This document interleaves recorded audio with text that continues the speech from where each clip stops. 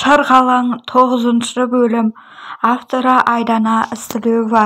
Достар, менің каналыма тіркеліп, лайк басып қойыңыздаршы. Мен алдағы уақытта көптеген қызықты аудио әңгімелер шығаратын боламын.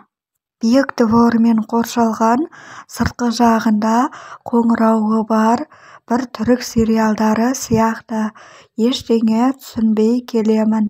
Байлар келетін спа-салон болды ғой деп ойлап қоямын.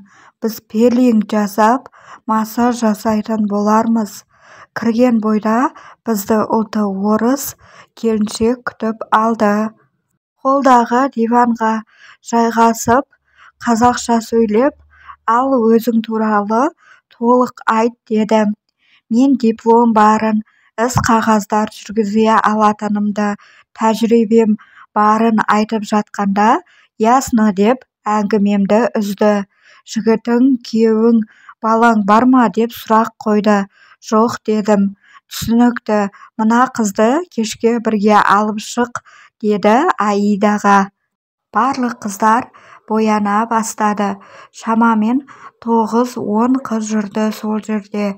Ешкімнің бір-бірімен шаруасы жоқ.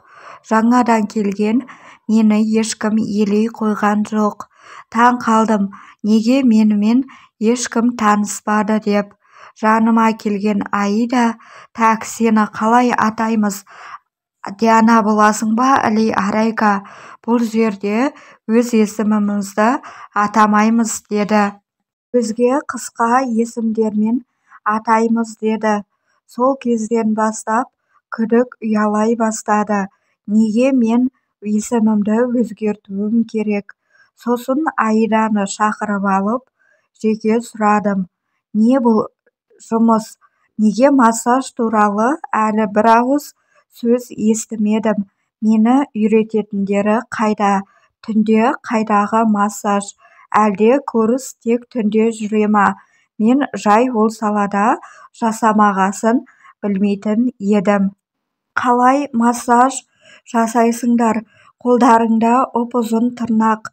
Мені түсін, просто уайымдап отырмын дедім.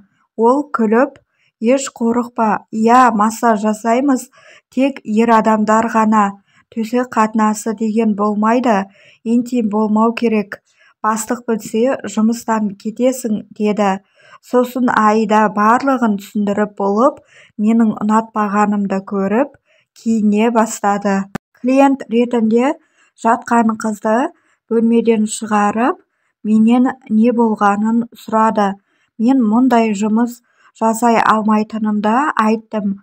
Ол өзінің ауылда анасының қолында кішкентай қызы бар екенін, олардың барлық жағдайын жасап отырғанын, кредиттерінен құтылып, қазір анасына квартира әпергенін айтты. Қарашы, тыңдашы, бұл жерде өзіңе байланысты. Егер ешкіммен жақын болмай, тек жұмысыңды жасасаң, қалаған нәрсеңе тез арада қол жеткізесің. Сені кім таниды? Бұл үлкен қалада. Жүресің ба со біреудің 30 000 тиыны үшін жұмыс жасап?